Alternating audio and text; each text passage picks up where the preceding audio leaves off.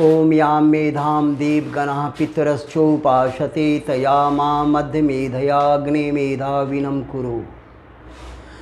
हमारा यह राष्ट्र भारत केवल देश नहीं कहलाता रहा है, ये राष्ट्र कहलाता रहा है। देश उस स्थल का नाम है जहाँ भूमि हुआ करता है। राष्ट्र उसको कहते हैं जिसके पास संस्कृति होती है। संस्कृति शब्द संस्कार से बना है। जैसे सोना है, सोना को हम गहना का रूप धारण कर देते हैं।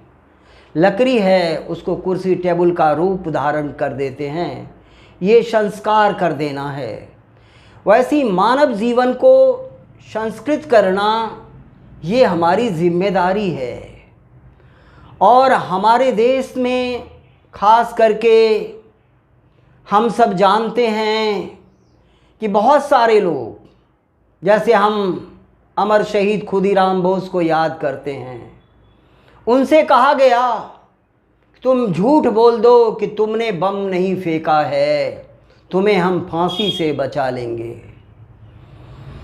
मगर उन्होंने कहा कि मैं झूठ नहीं बोलूँगा, हंसीबो परिबो फांसी। ये कौन सी दशा थी, वो कौन सा तेवर था? पंडित राम प्रसाद बिस्मिल को कहा गया आखिरी इच्छा क्या है आपकी? उन्होंने कहा था I wish the downfall of British empire. और शहादत के जाम को उन्होंने कैसे चूमा था? शहादत के जाम को चूमने से पहले अपने हाथ में अमर ग्रंथ सत्यार्थ प्रकाश को अपने हाथ में रख लिया था। ओ पंडित राम प्रसाद बिस्मिल जो कभी किसी मोहल्ले के कह लीजिए सामान्य व्यक्ति के रूप में हुआ करते थे, एक सन्यासी का प्रवचन चल रहा था। और सन्यासी का प्रवचन चल रहा था, वो खड़े होकर के उस सन्यासी के दिव्य वचन को सुनते चले गए।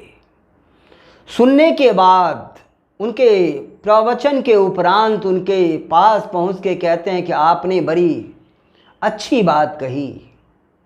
और वह सन्यासी पंडित राम प्रसाद बिस्मिल के हाथ में अमर ग्रंथ सत्यार्थ प्रकाश दिया और कहा लो बेटे इसको पढ़ना।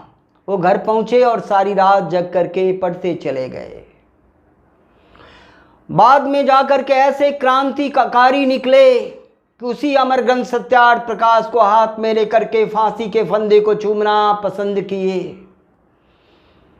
आर्य समाज के संस्थापक महर्षि दयानंद सरस्वती ने कहा है पिता और पुत्र के समान भी अगर कोई विदेशी राजा सब प्रकार से पालन पोषण कर रहा हो तो भी विदेशी राज्य त्याज्य है। सर्वप्रथम स्वराज्य का नारा देने वाले बाल गंगाधर तिलक नहीं थे, महर्षि दयानंद सरस्वती थे, जिनके प्रथम शिष्य थे सरदार अर्जुन सिंह और जिनके पोते का नाम हुआ सरदार भगत सिंह। और ये सब के सब सुभाष चंद्र बोस भी आर्य समाज में जाके ठहरा करते थे। आर्य समाज की विचारधाराओं को सुन करके लाला लाजपत राय, बटुकेश्वर दत्त, न जाने भाई परमानंद कितने क्रांति वीरों का तांता लग गया। मगर आज हालात क्या है? आज कौन सा ग्रंथ पढ़ा जा रहा है कि निर्दोष व्यक्तियों को धर्म के नाम पर काट डाला जा रहा है? ये कैसी पढ़ाई है? और उस पढ़ाई को, उस प्रेरक स्थल को हम क्या नाम देंगे? वस्तुतः भारत धर्म प्रधान देश रहा है, धर्म प्रणब देश रहा है। धर्म की प्राथमिकता और प्रमुखता इस देश की जान और प्राण रही है। मगर के धर्म के नाम पर आज जिस प्रकार का आतंकवाद मचा है चारों ओर, ये कौन सी प्रेरणा है? भारतवर्ष जो युगों युगों से सारी दुनिया के लोगों को ज्ञान विज्ञान कला कौशल नैतिकता और वैदिकता का पाठ पढ़ाता रहा है। नालंदा का विश्वविद्यालय हो या भारत के अन्य ऋषि और महर्षियों की तपस्या स्थली हो, वहां आकर के सारी दुनिया के लोग कौन सी शिक्षा ग्रहण किया करते थे। आज हम सबों के भीतर में देशभक्ति का स्वरूप क्यों नहीं बढ़ रहा है। हमारी शिक्षा प्रणाली जो लॉर्ड मैकाले की दी हुई है उसको बदल करके भारतीय संस्कृति जो विश्व बंधुत्व का विश्व भगनित्व का रहा है, किरणवंतो विश्वमार्यम का रहा है, सारे संसार को प्रगतिशील बनाने का पाठ जिस विचारधारा में सार्वभौम शांति की प्रेरणा रही है, आज धर्म के नाम पर उसको वर्ण करने की आवश्यकता है।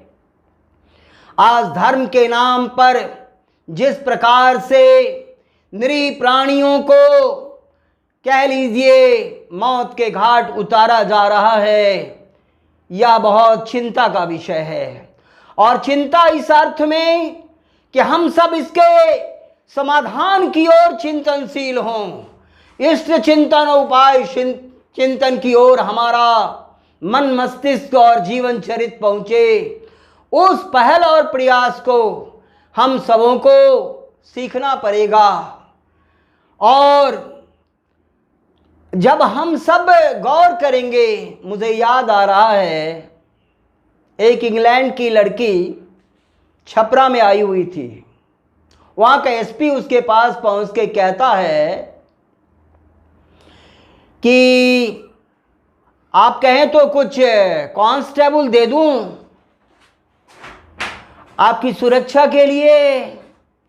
वह लड़की क्या खूबसूरत जवाब देती है, Why to fear? Entire Great Britain is with me. अब पूरा महान ब्रिटेन हमारे साथ है, मैं क्यों डरूं। एक बार एक आदमी से पूछा गया, जापान के एक आदमी से पूछा गया कि तुम्हारे लिए सबसे प्रिय कौन है। उसने कहा सबसे प्रिय मुझे महात्मा बुद्ध है। और फिर दूसरा सवाल उस व्यक्ति से पूछा गया कि महात्मा बुद्ध अगर तुझसे कुछ मांगे तो क्या दोगे। कहता है महात्मा बुद्ध अगर मुझसे मेरे प्राण को भी मांगेंगे तो मैं दे दूंगा। फिर तीसरा सवाल वो करता है, अगर महात्मा बुद्ध तुझसे तेरा जापान मांगे तब क्या करोगे। वह उत्तर देता है, महात्मा बुद्ध के मैं सिर काट दूंगा। ओ देखिए, जहां महात्मा बुद्ध के लिए अपने सिर को देने तक के लिए न्यौछावर करने के लिए व्यक्ति तैयार है, वही कहता है कि अगर महात्मा बुद्ध मुझसे मेरा जापान मांगेगा तो मैं महात्मा बुद्ध का सिर काट लूंगा। वो कौन सा देश प्रेम की अलग ज्वाला है। क्या हमारे भीतर में वह ज्वाला धधक रही है।